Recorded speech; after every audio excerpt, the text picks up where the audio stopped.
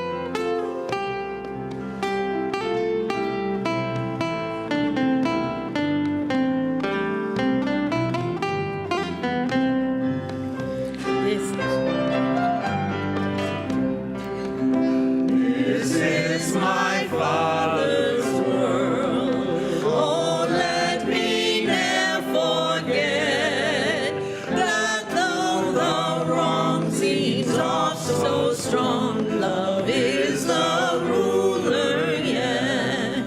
This is my Father's world. The story is not done. Jesus who died will be satisfied, and earth and heaven be one.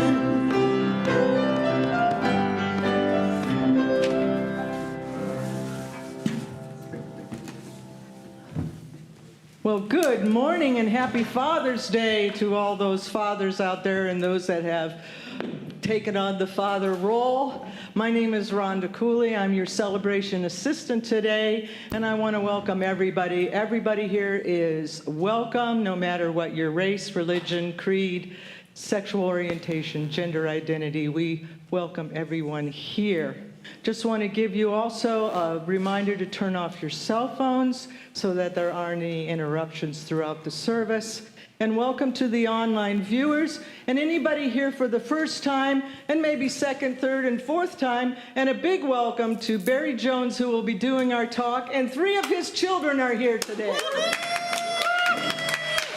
That would be Lillian, who has played here many times before, and Arden, number 3, and Callaway, number 4. Henry's in Colorado. He's number 2. So welcome, and let's stand and sing our gathering song, shall we? Also, it's summer solstice, so welcome summer. Yay!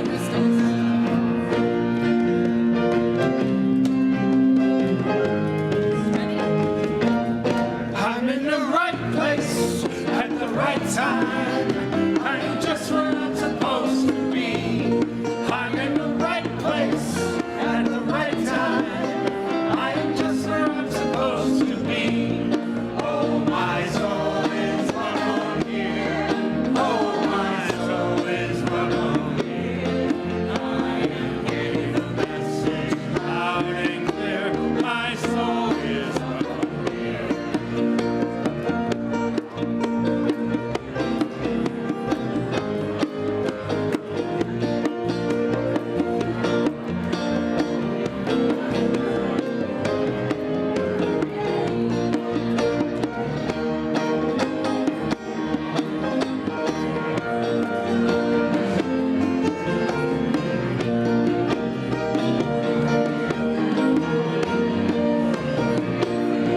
I'm in the right place at the right time. I am just where I'm supposed to be. I'm in the right place at the right time. I am just where I'm supposed to be. Oh, my soul is welcome here. Oh, my soul is welcome here. I am getting the message loud and clear. My soul is welcome here. I am getting the message loud and clear. My soul is welcome here. Yeah. And so now, our own Buddy Leffers will do our opening prayer.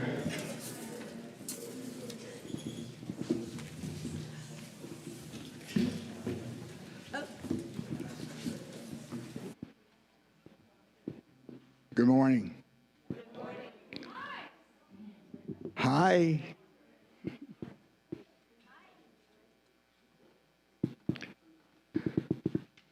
All right, let's just settle into our seats and just feel connected, not only with that chair that we are sitting in, but also to the earth below, our Mother Earth.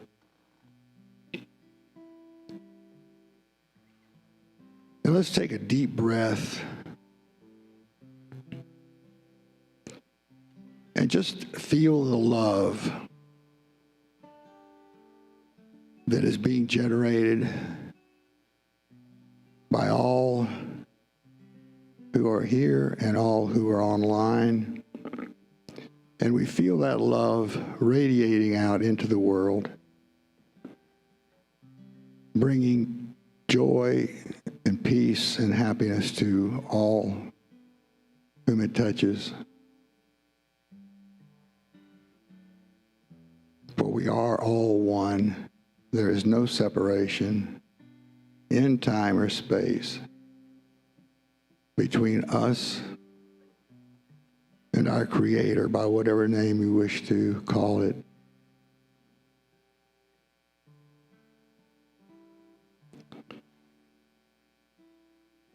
We give thanks for this opportunity to be together. We give thanks for Barry Jones, who will be our speaker this morning. We give thanks to all who have helped make this service possible today. And on this day, proclaimed Father's Day, we take the opportunity to bring to mind all of the influences that our earthly fathers have had on who we are, the way they affected our lives, and we give thanks for these remembrances. But we also honor our divine Father, the Creator of all. For it is that energy which gave us the gift of free will so that we can make independent decisions on how to lead our lives and do those things and take those opportunities which are presented in accordance with how we would have our lives move and have meaning. And that fatherly love energy is, as a good father would have it be, always available to uplift and support any challenges that come into our lives, any stresses related to health concerns or interactions with others, thoughts of not being good enough, thoughts of lack, anything of a negative nature.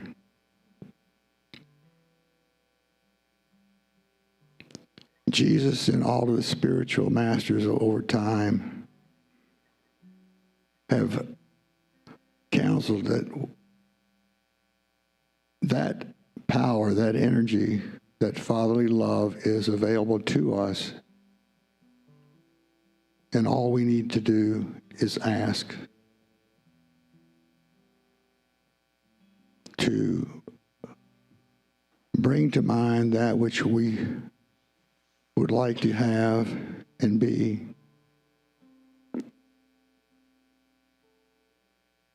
And guidance and correction will come. So that we're able to live the life of joy and happiness, kindness, compassion, health and healing, which is our divine right, our divine birthright.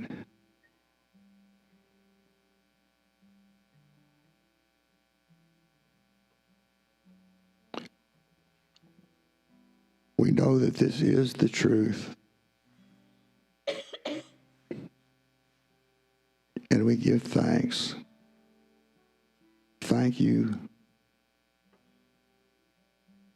loving, comforting Father God.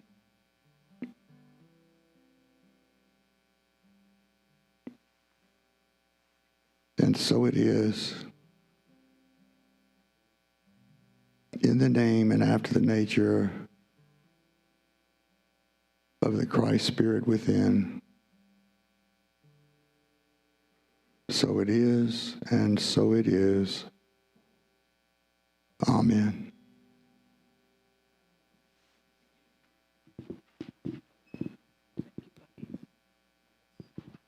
Thank you, buddy. So let us conclude our opening prayer with our mission statement. Together, Unity of Charlottesville empowers everyone to express their unique divinity, making a positive difference in the world. And our statement of faith. Together, there is only one presence and one power in the universe and in my life, God the good, omnipotent.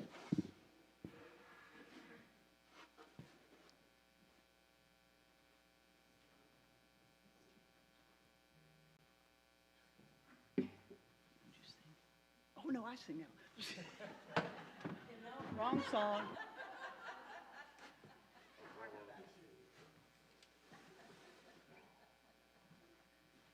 What do I know? I'm just the music director. So I don't know how many of you had experience like mine growing up, but my family always had old cars. And I have very fond memories of learning to drive. My dad bought an old international travel all. It had 3 bench seats because we had a big family. And sorry, I was preparing for the other song. So I'm trying.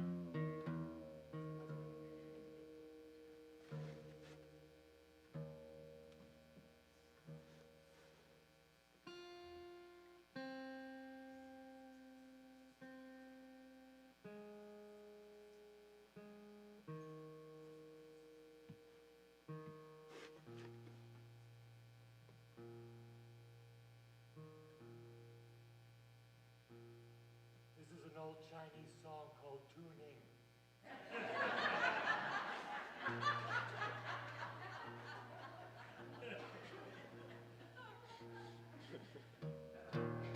All right, here we go.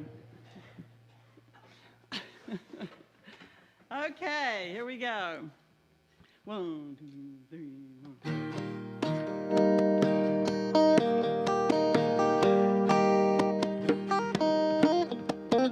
It's painted red, the stripe was white. It was 18 feet from bow to stern light. Second hand from a dealer in Atlanta. I rode up with Daddy when he went there to get her. He put on a shine, put on a motor. It was built out of love and made for water. We ran her for years till the transom got rotten. A piece of my childhood will never be forgotten. It was just an old plywood boat, a 75 Johnson with electric choke. A young girl, 2 hands on the wheel. I can't replace the way it made me feel. And I would turn her sharp, I would let her whine. He'd say, you can't beat the way an old wood boat drives. Just a little leg across the Bedford County line, but I was a captain on the ocean when Daddy let me drive.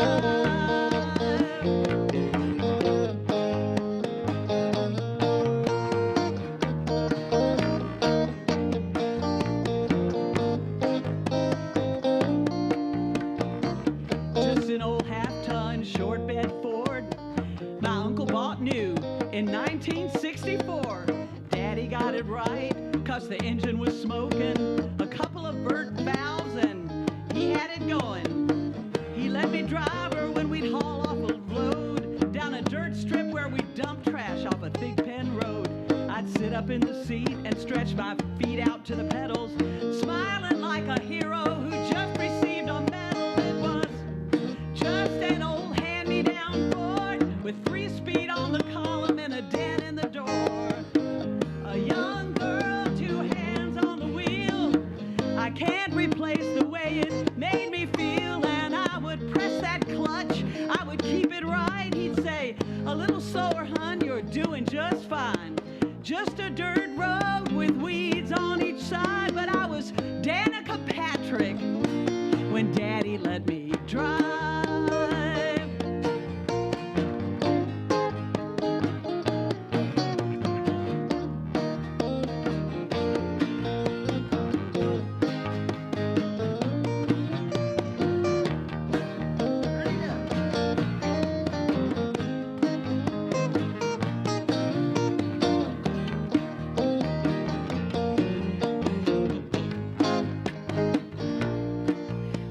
I'm growed up now. I got boys and girls of my own. We let them drive my old Jeep across the pasture at our home. Maybe one day they'll reach back in their file and pull out that memory and think of us and smile and say, it was just an old worn out Jeep with rusty old floorboards hot on our feet. A young kid, 2 hands on the wheel. I can't replace the way it made me feel. And he'd say, turn it left and steer it right. Straighten up now, you're doing just fine. Just a little valley by the river where we'd ride. But I was high on a mountain when Daddy let me drive. Oh, he let me drive. When Daddy let me drive.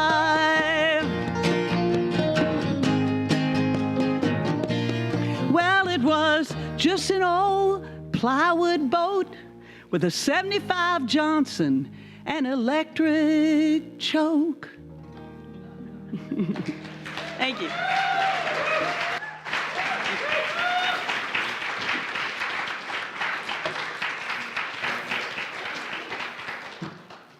So true.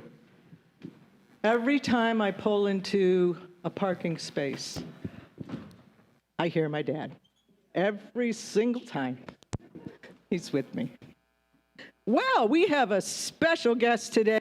Many of you know Barry Jones. He's the husband of Blair, and he has participated in our Christmas Eve services as one of the speakers for many years, I think from the beginning, so for a long time.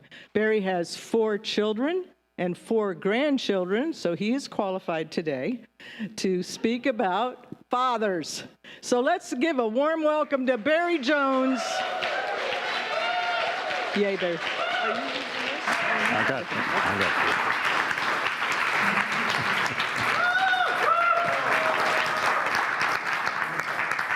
you. Well, good morning. I have a microphone, dear. Thank you for the introduction, buddy. Thank you for the prayer. I'm very pleased to be here. This is my first experience giving a talk in a moment of worship, and so it'll be a little adventure for me. Our topic is fathers. I'd like to start by getting a sense of the room. Each absolutely perfect father in here, please raise your hand. Okay, only 2, and they were kidding, so we're going to skip the material I have on perfect fathers, and we're going to talk about imperfect fathers. Imperfections are important in a parent. They give the children something to push back against and rebel against as they begin to form their own personalities. So you might hear a child saying, when I get to be an adult, I'm not going to scream at the umpires at the t-ball game like that. I have qualifications for giving this message. Not only do I have, thanks to the incomparable and beautiful Blair, 4 excellent children, but also I have my share of imperfections. Time limits and the dress code will limit the amount we'll talk about them, but trust me, they're there. I can speak imperfect father as well as anybody else. My message in the message is that fathers lack definition. At least they lack definition compared to mothers. Take the verb forms, to mother and to father. So if I say to you, I felt so mothered, you think, I felt so comforted and listened to and understood. There might be soup involved, or maybe pies or cakes. But if I say to you, I felt so fathered, your emotional response might be, I acknowledge that at some unknowable dark time in the past, there must have been the contribution of genetic material that made me do what I just did. There are biological reasons for this lack of definition. Consider the pre-game events. The mother-to-be gets some strong, frequent reminders of the coming parenthood. From what I've been told, alien forces take over her body, changes occur. She feels some heaviness, then constant discomfort, a loosening of joints, and finally, a whole lot of pain. On the other hand, the father-to-be may not even know he is a father-to-be. Or he may know it and remain as clueless as if he did not. He may learn it and find he forgets about it as he goes through his daily routine just as he did before. Fathers-to-be lack the physical reminders that could possibly save them from being so oblivious. True, many fathers-to-be are filled with wonder. They wonder, what's this going to do to Wednesday night bowling? They wonder if they should have a 3-car garage, because children are going to want to drive cars eventually. When Blair was pregnant the first time, I built a closet in our apartment. Maybe the baby was coming with a lot of clothes. I don't know. I have known many fathers-to-be who lack the confidence that they'll be good fathers. They turn and seek the wise counsel of their more experienced peers. Hanging out with a buddy, a guy might casually slip into a conversation. So it looks like we're going to have a kid. Hey, that's great news. I don't know, man, it seems complicated. Don't worry, I did it, it's all good. Okay, thanks. How about them who's? To get ready for Lillian, we took a weekly class. We sat on the floor with a dozen other adults and we talked about birthing and breathing. One time we passed around this soft bundle someone had knitted that represented a uterus. I took my turn with it seriously. I did not know exactly how that was going to help me be a good father, but I figured it couldn't hurt. My role was so undefined, anything might help. Then the birth comes, and with it, baby boot camp. That's where you get a tiny drill sergeant who, in shrill and insistent tones, instructs you when you will sleep, sit, walk, rock, eat, work in the mess hall, and clean out the latrine.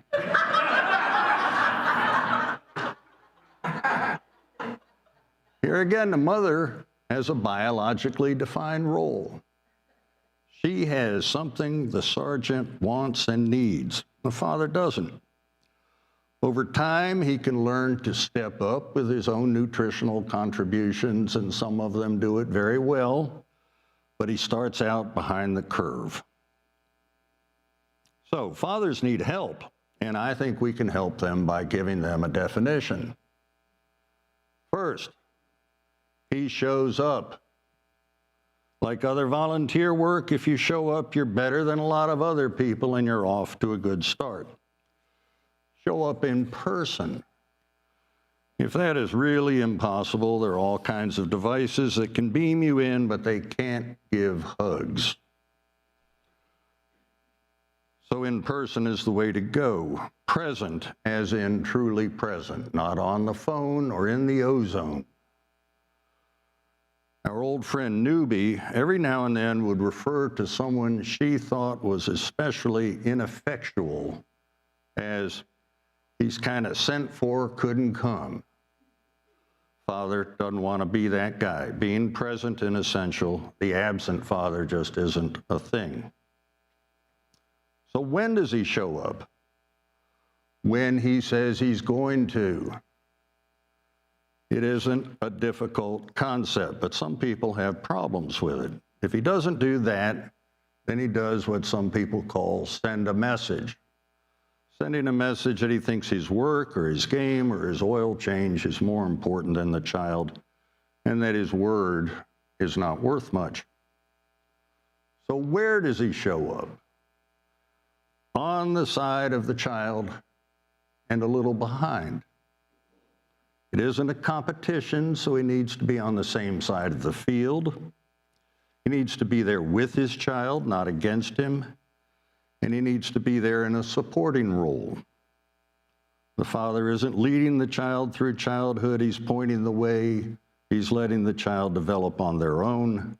He's a father, not a trailblazer, and certainly not a helicopter or a bulldozer. He prepares the child for the road, not the road for the child. What does he bring with him? He brings what is needed. This can require some perception. What's needed might be obvious, like food or rent money, or it might be a mystery that the father has to unravel. What is it that this child really needs?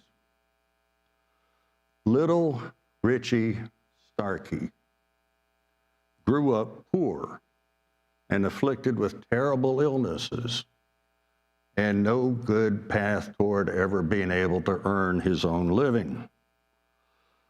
But his stepfather thought about it, and he traveled from Liverpool to London to buy a second-hand drum set to bring home to the unfortunate Richie, whom we, in a few years, came to know and love as Ringo Starr. What does the father do once he's there, on time, in position, and with provisions? He teaches something. It almost doesn't matter what. Throw a ball, read a book, crack an egg, use a power saw, drive a car, sing a song. Well, not in my case, but other people. It matters that he shows care, shows his love through the act of teaching. It is essential for the child to feel competent, to know they are competent, and that begins with the child learning they can learn and learn many things. The father also teaches the child how to behave. I personally think the most effective way to do this is to model good behavior rather than to lecture about it. If you lecture about it, you can be certain the child's going to spot ways when you didn't live up to the things that you said that the child should do, and that gets you in trouble. We learn how to act by patterning our parents' actions. It works for ducks, and it works for people. On occasion, the lecture can be helpful. My father used to instruct us children at the dinner table that consideration for other people is the most important thing, and don't forget that. I did not like being lectured to one bit, especially repetitively with the same line. But I have to say that did sink in with me, and I never saw my father be inconsiderate toward anyone.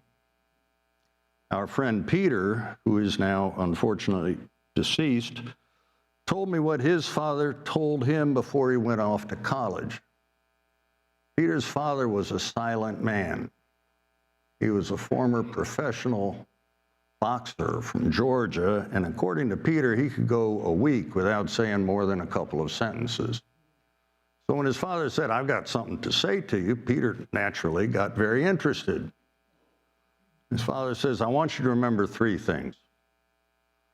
First, never hit a woman. Second, if you're going to buy something, make sure you got the money to pay for it. And third, never eat boiled peanuts in the dark. You could get a rotten one."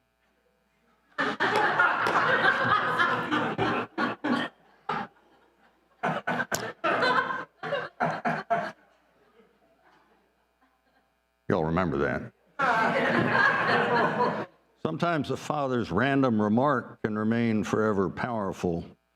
You may know this, the #1 best-selling digital song track of the 20th century, Don't Stop Believin', written by Jonathan Cain for Journey in 1981. And years before, Jonathan had been a struggling musician in Los Angeles, unable to pay his rent, unable to pay the $900 vet bill for his injured dog. And he called his father back in Chicago and said, "Dad, I either got to have a loan or I got to come home." Father said, "I'll give you a loan. You stay out there. Don't stop believing." And years later, Jonathan discovered this in his little spiral-bound notebook and wrote the song. And I'll bet he was able to pay back the loan. So are we starting to get a definition here of father? I think so. But I think it also sounds a little bit like a canine obedience class. So let's add in unconditional love. That still sounds a little like a canine obedience class, but that's not a bad thing. And it must be included. All that showing up and teaching stuff is wonderful and it's very helpful, but you don't get defined in the Father without unconditional love. The Father loves his children's failings and imperfections, not because they are failings and imperfections, but because they are his children's. He may not actually like some of the things about his children, but he loves them anyway. And finally, we need some humor. To paraphrase a famous saying, Father plans, God laughs. Father better laugh too. His plans aren't all going to work out, and the way he responds when they don't work out says more about him than the way he responds when they do. If he cannot laugh, then the love mentioned above can get conditioned, and you don't want that. The imperfect father had better keep that sense of humor. It's going to be tested over and over again, so he better work on improving it. All right, let's say our definition is kind of finished in its rough form, and let's look at it. It doesn't say anything about blood relationships or about legal relationships. A lot of fathers do very well indeed without these things. They show up on time, they take care of the child, they teach, they love, and they keep a sense of humor. They do whatever they need to do to help the young person reach the full measure of their potential. And finally, where does the definition go from here? Once you fit the definition, it fits in you. You assume the role, and it assumes you. And it doesn't stop growing, and it doesn't permit you to stop growing. You learn more about those imperfections.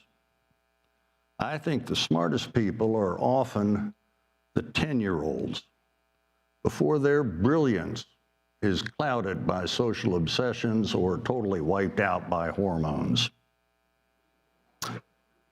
When Calloway was about 10, Blair decided that year that all the children's socks would live in the bottom drawer of her dresser.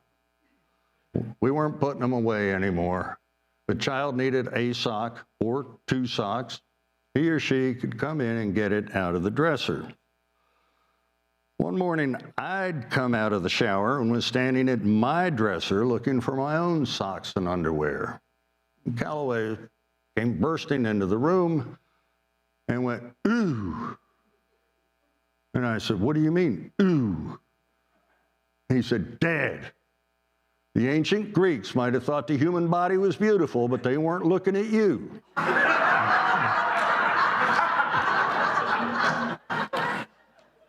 Oh. You want humility? Become a father.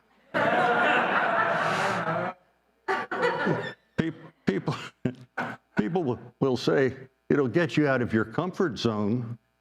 Like, that's a good thing? Other things can get you out of your comfort zone. Food riots, plagues, customer service bots. Comfort zones have a lot to commend them. They're comfortable. The low-stress environment can lead to creative thinking, spiritual development, all kind of good things. You can meditate in a comfort zone. But at a certain point, if you stay in it, you do limit your growth potential. We all need challenges to make us grow, and with fatherhood, the challenges come baked in. We have a poster in my office that says, "In achieving excellence, it is not always possible to be comfortable." The reverse is also true. Most fathers want to excel.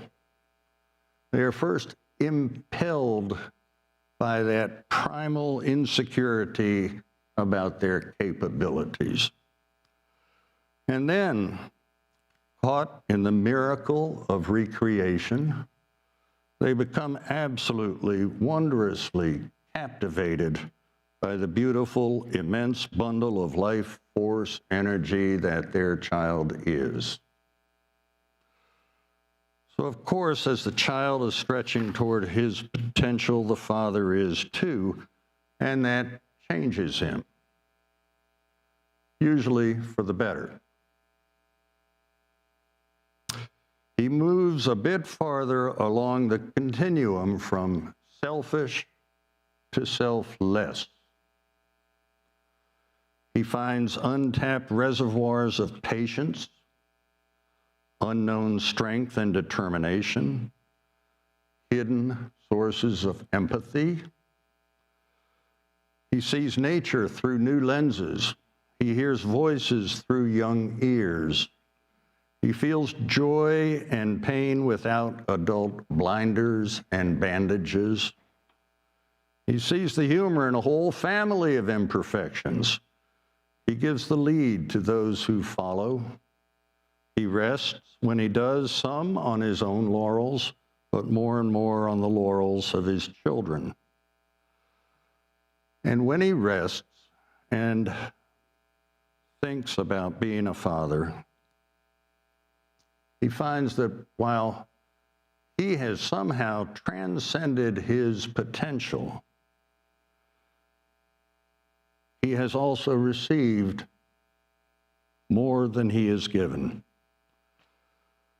He has given his children his blessings, and they have become his blessings. More interesting and beautiful and inspiring and uplifting than he imagined possible. Blessings from beyond the shores of wonder, from their hearts to his heart. Thank you.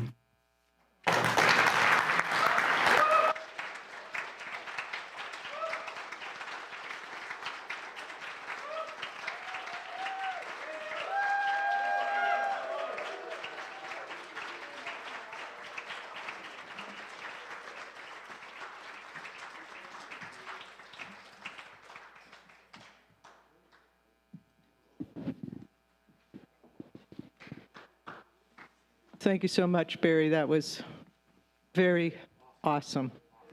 Let us now prepare for meditation.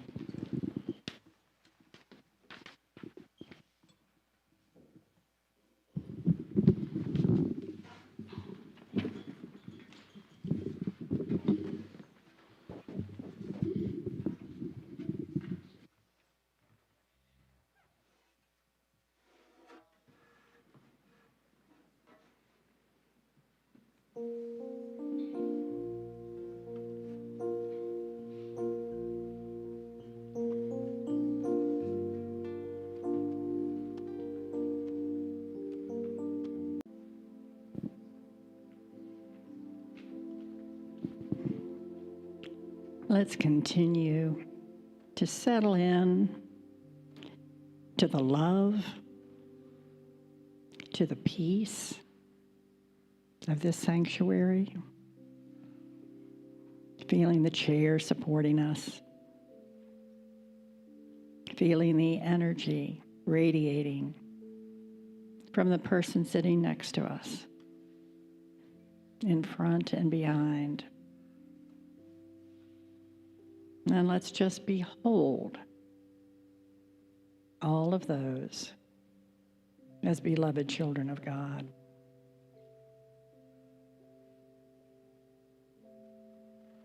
The daily word brings us a beautiful message every day, as it has for decades and decades.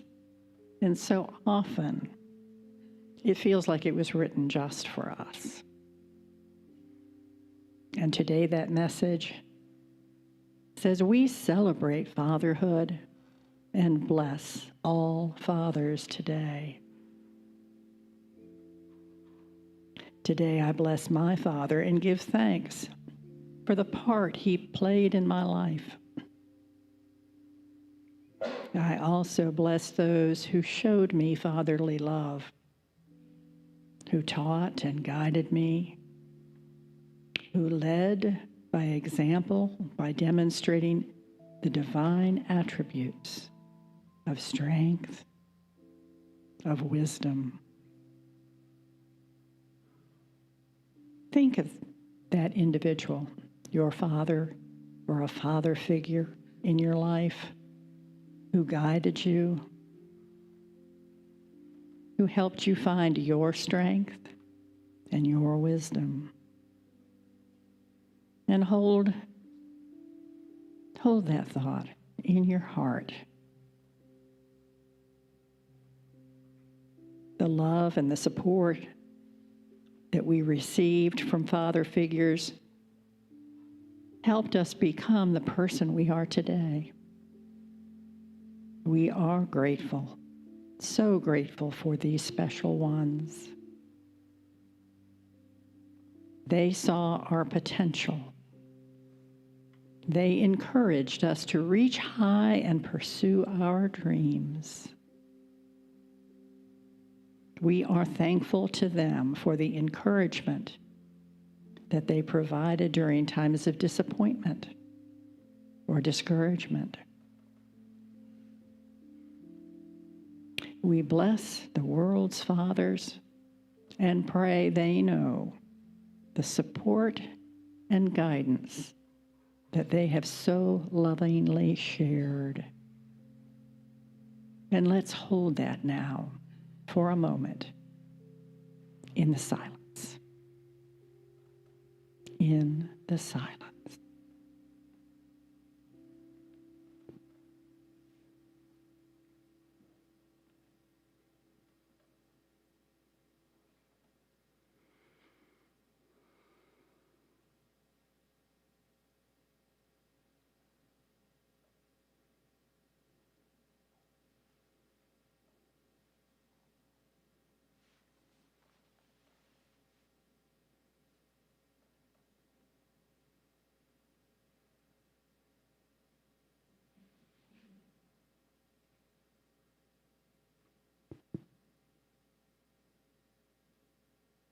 And as we gently come back into this place and this space of unconditional love,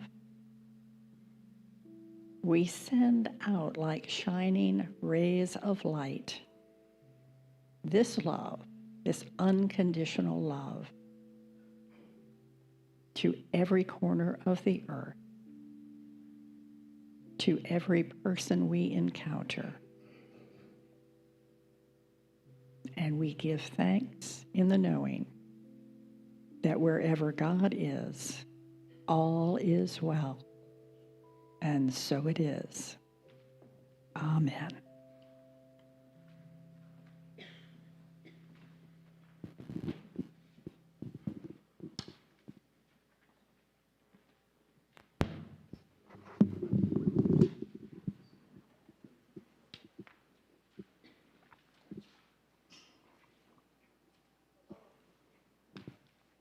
Thank you, Peggy, for that nice meditation about fathers.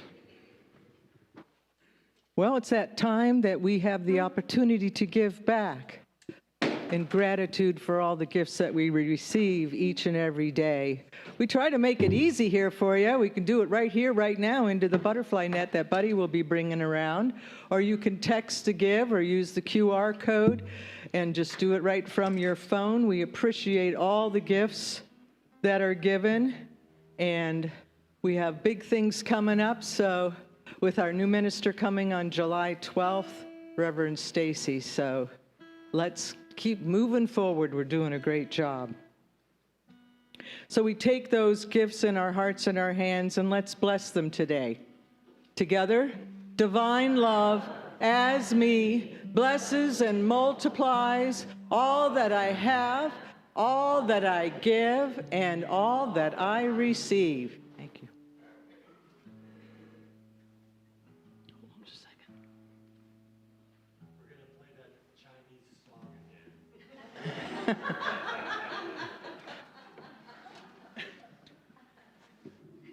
This song you all know, and even though it's about a leader of a band, there are references throughout the song that I'm sure will remind you of your own father.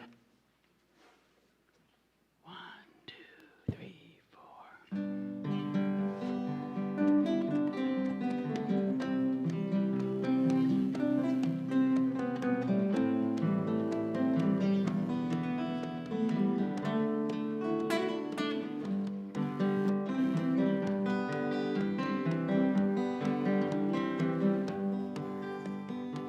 An only child, alone and wild, a cabinet maker's son.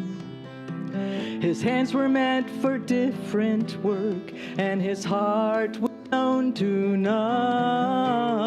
He left his home and went his lone and solitary way, and he gave to me a gift I know I never can repay.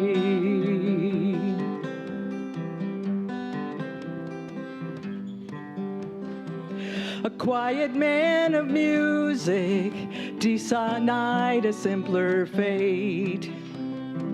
He tried to be a soldier once, but his music wouldn't wait.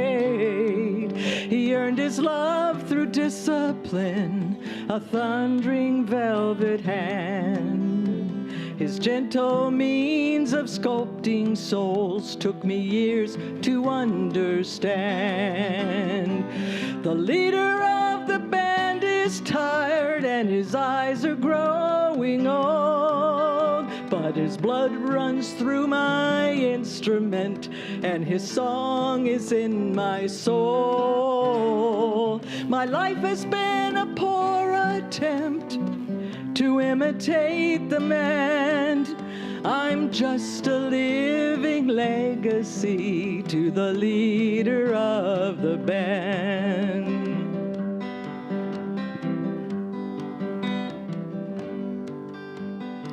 My brothers' lives were different, for they heard another call. One went to Chicago and the other to St. Paul.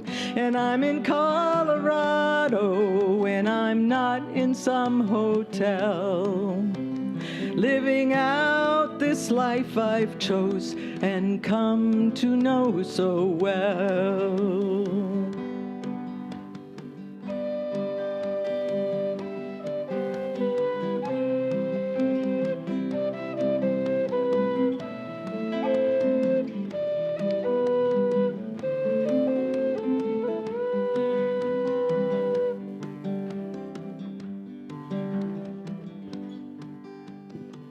I thank you for the music and your stories of the road.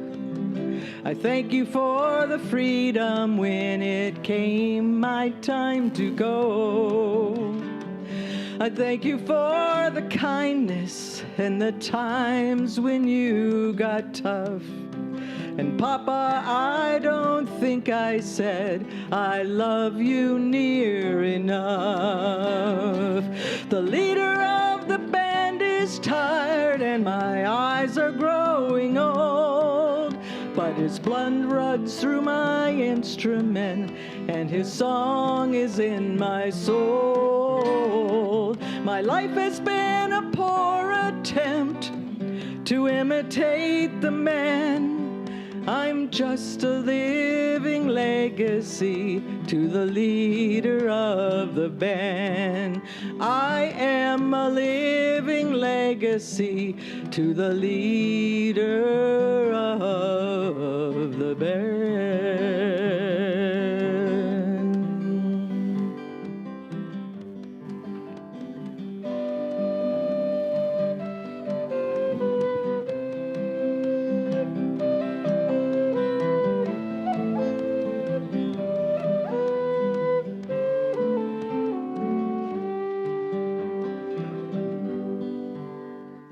Thank you.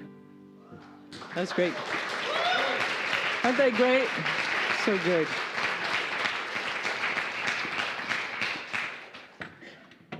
Do we have any updates from the board at all? Anything anybody wants to say? I guess not. We've been having updates, but as you know, we have Reverend Stacy Collins coming on July 12th. She starts on July 6th, I believe. So big, exciting things coming. We have some opportunities for transformation. We have a hug meeting today. Hug. Help unity grow. So come on down and join in. It's around 12:30 after you have some hospitality.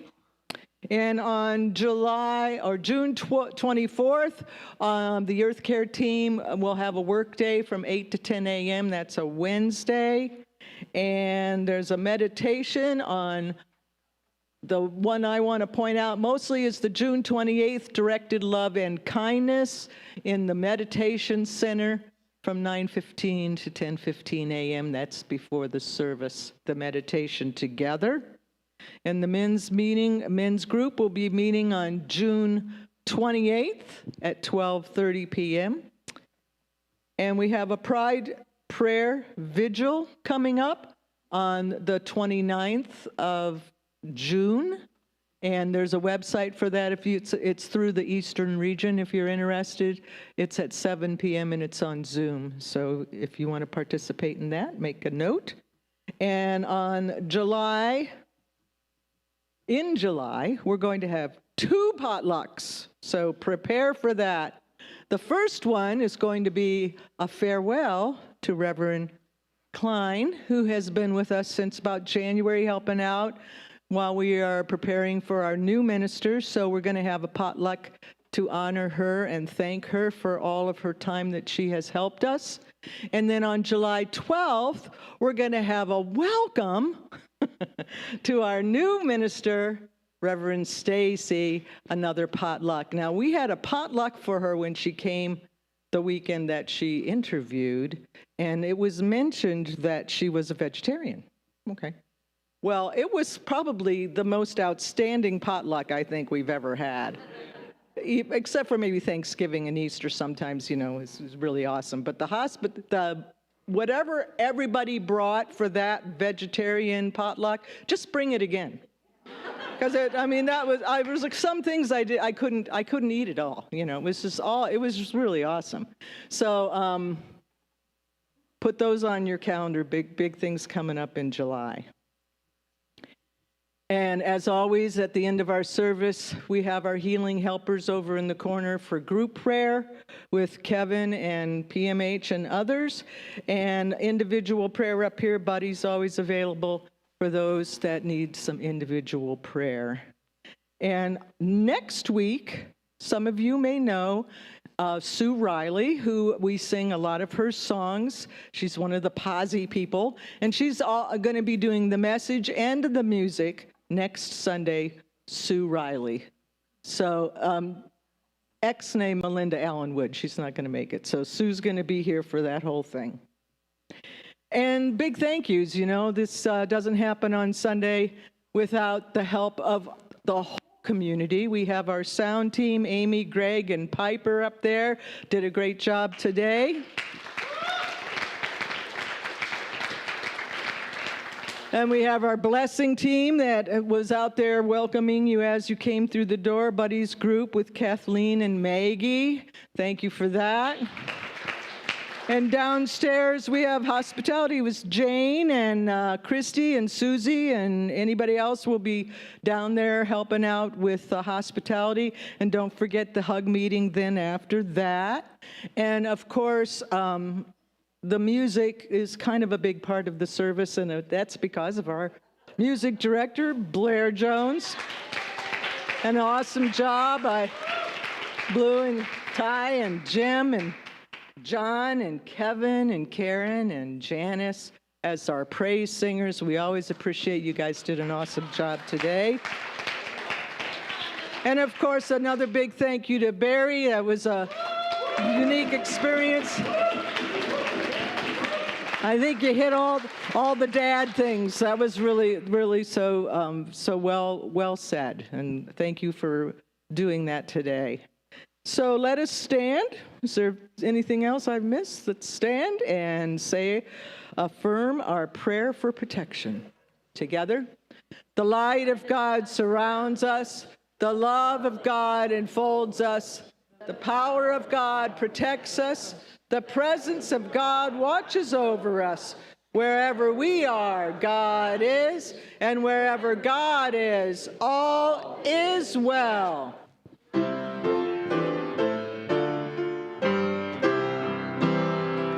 Let there be peace on earth, and let it begin with me. Let there be peace on earth, the peace that was meant to be. With God as creator, united are we. Let us walk with each other in perfect harmony. Let peace begin with me. Let this be the moment now. With every step I take, let this be my joyous vow. To take each moment and live each moment in peace eternally. Let there be peace on earth, and let it begin with me.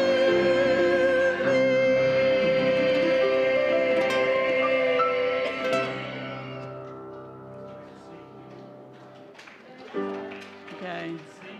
Yeah, with the coda, we're going to go to the chorus, like.